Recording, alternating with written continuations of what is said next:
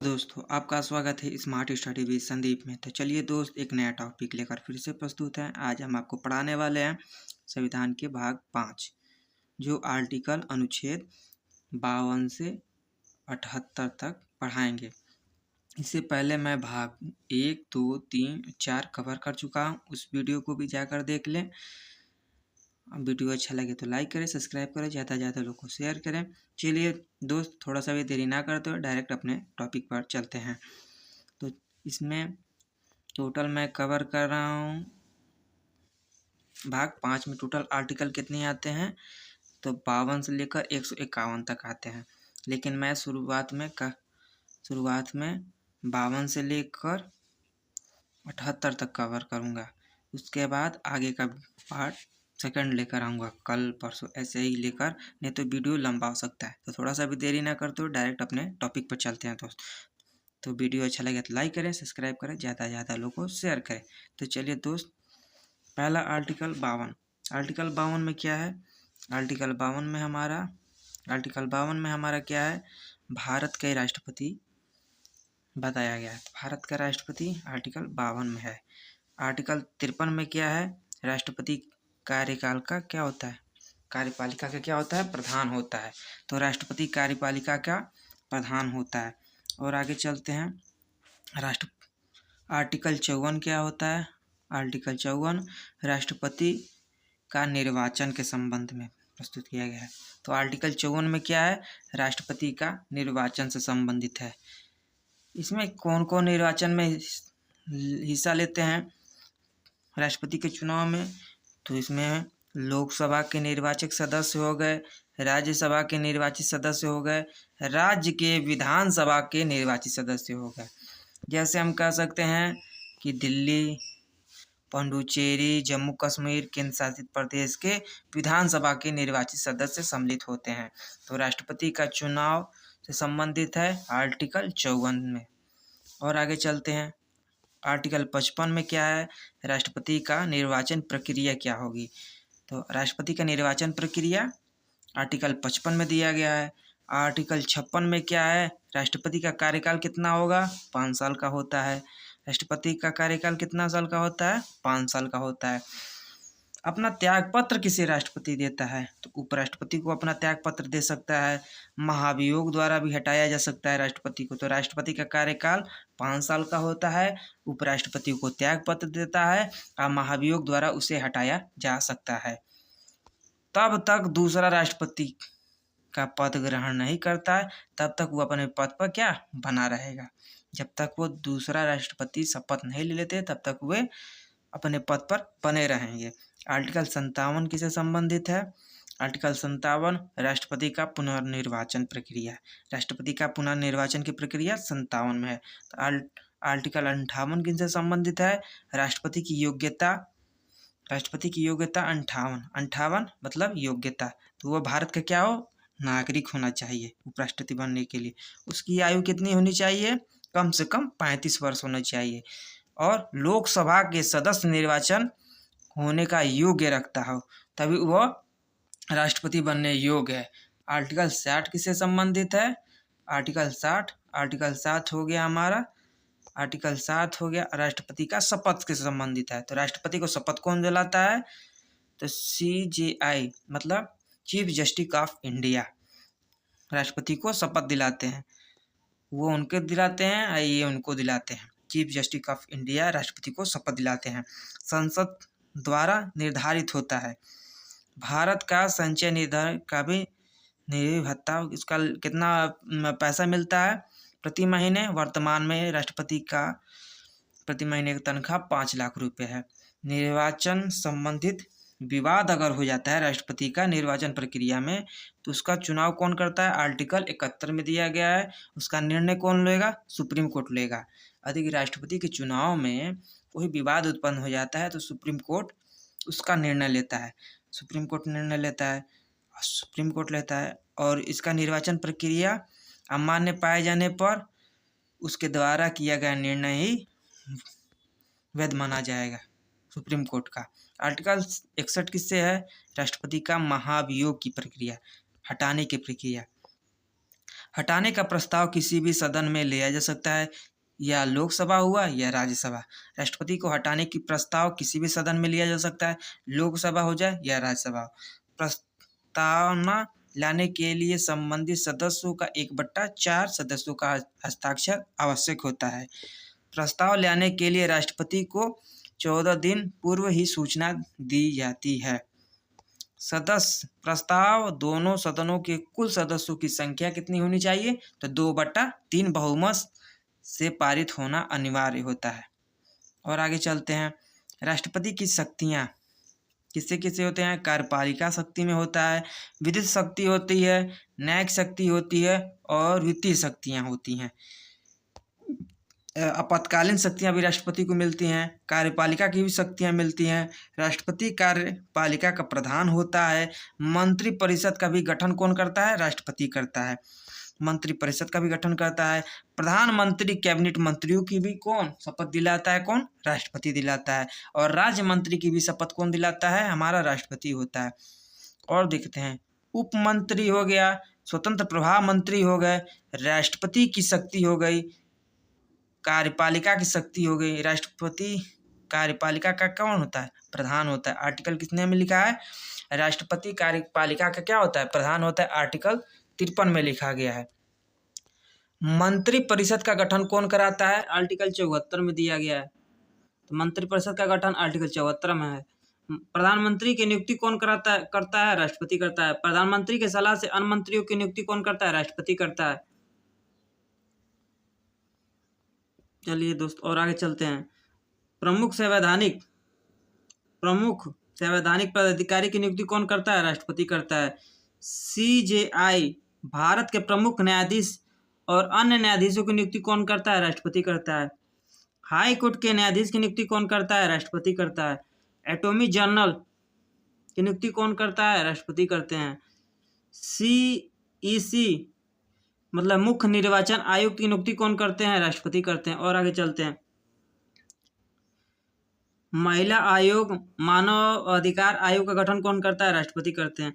राष्ट्रपति को विधिक शक्ति दी गई होती है। राष्ट्रपति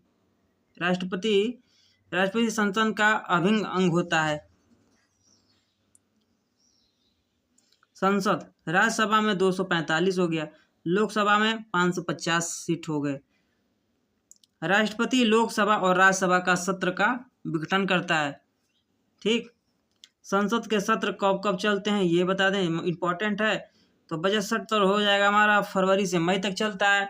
मानसूनी सत्र हमारा चलता है जुलाई से सितंबर तक चलता है। शीतकालीन सत्र हमारा नवंबर से दिसंबर तक चलता है। और आगे चलते हैं। किसी भी सत्र का विशेष स्वरूप बुला सकते हैं कौन? राष्ट्रपति। राष्ट्रपति राज्यसभा के 12 सदस्यों को मनोनीत करता है आर्टिकल 80 द्वारा। तो ये इम्पोर्टेंट है। 12 सदस्यों को नियुक्ति कौन करता है?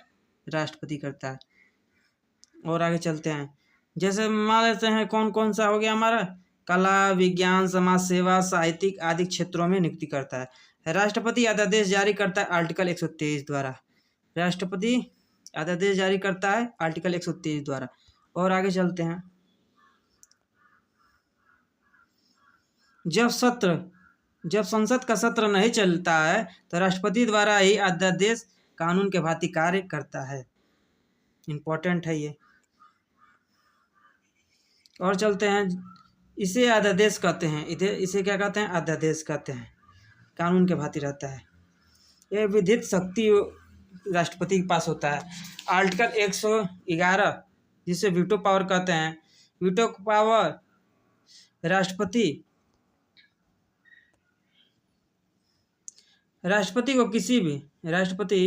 किसी भी साधारण विधेयक पर हस्ताक्षर करने के लिए किसी समय सीमा का निर्धारण नहीं किया गया है। यदि राष्ट्रपति किसी विधेयक पर कोई निर्णय नहीं देता है तो उसे हम क्या कहते हैं? वीटो पावर करते हैं।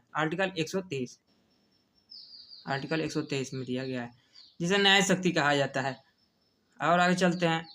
क्षमादान की शक्ति आर्टिकल कितने में? 72 में है। तो ये भी हमारा इम्पोर्टेंट हो जाएगा। तो इसमें दंड को क्षमा करने की शक्ति किसके पास होती है? राष्ट्रपति की होती है।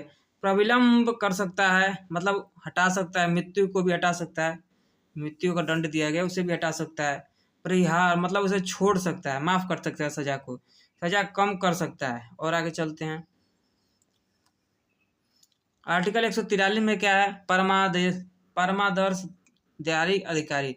राष्ट्रपति चाहे तो किसी भी वैधानिक प्रश्न पर सुप्रीम कोर्ट से सलाह ले सकता है या देना सुप्रीम कोर्ट की मर्जी है। यदि सलाह दे भी देता है तो राष्ट्रपति उस सलाह को मानने के लिए बाध्य नहीं है। ये इम्पोर्टेंट है, आर्टिकल 143 में है। और आगे चलते हैं। राष्ट्रपति और सुप्रीम कोर्ट के बीच मध्यस्थता कराने का कार्य कौन कराता है? महानिवादी कराते हैं। अटॉर्नी जनरल किसे कहा जाता है? वित्तीय वर्ष में प्रारंभ में बजट प्रस्तुत कराना होता है।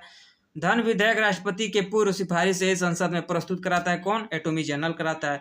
वित्तीय वर्ष वित्त आयोग का गठन नियुक्ति कौन करता है? ये भी हो गया हमारा, वही हो गया महानिवादी। कॉन्स्टिट्यूशन फंड से धन प्रदान कौन कराता है? राष्ट्रपति कराता है। और आगे चलते हैं। आपातकाल, राष्ट्रीय आपातकाल 352 मोस्ट इम्पॉर्टेंट है।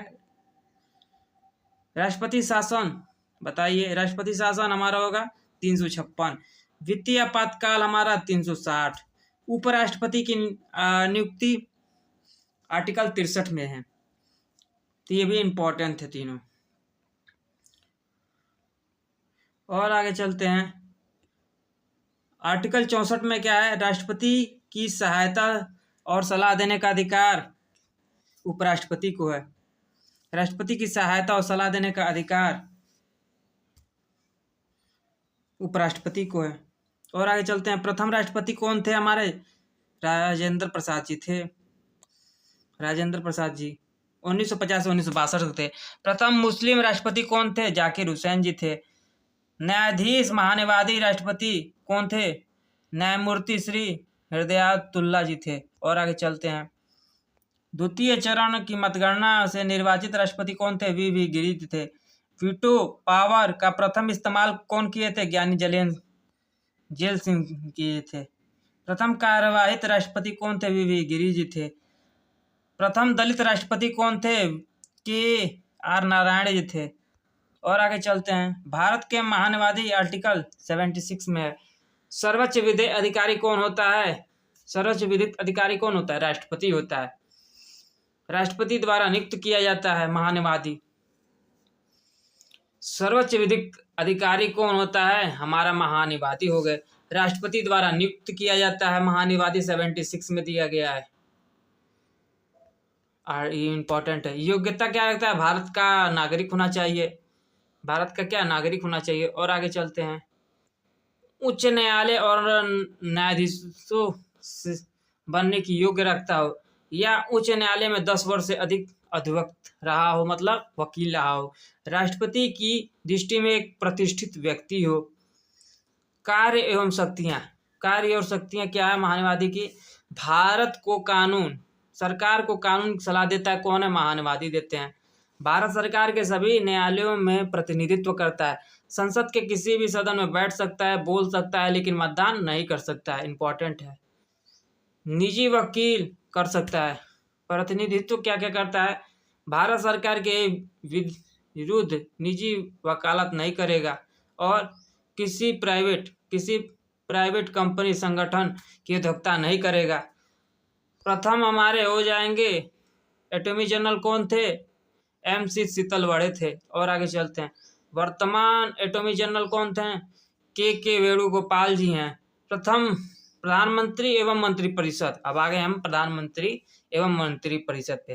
तो मंत्रिपरिषद, प्रधानमंत्री मंत्रिपरिषद का क्या होता है? मुखिया होता है। इम्पोर्टेंट हो जाएगा।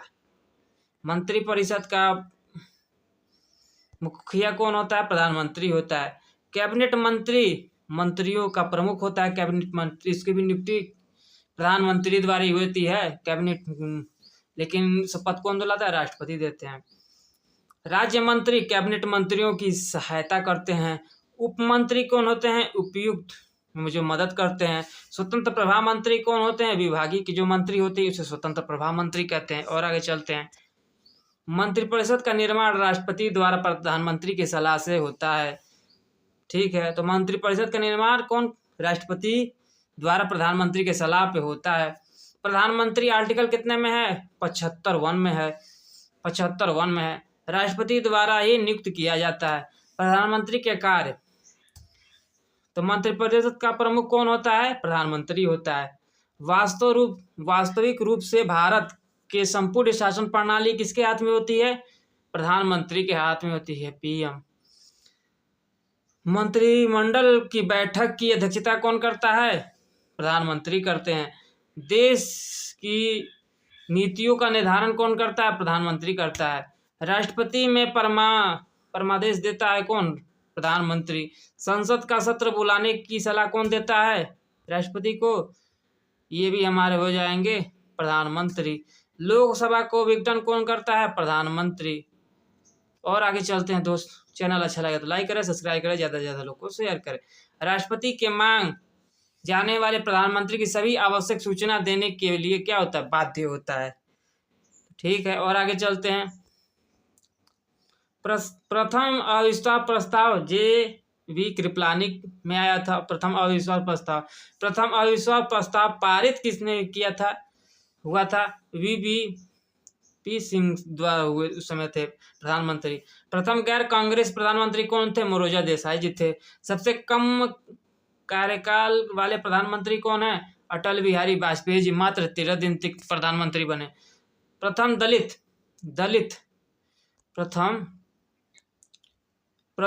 प्रधानमंत्री कोई नहीं हुआ है। अब तक भारत का कोई दलित प्रधानमंत्री नहीं हुआ है। तो चैनल अच्छा लगे तो लाइक करें, सब्सक्राइब करें, ज़्यादा से ज़्यादा लोग को शेयर करें। तो यहीं वीडियो को समाप्त करते हैं। जय हिंद, जय भारत। फिर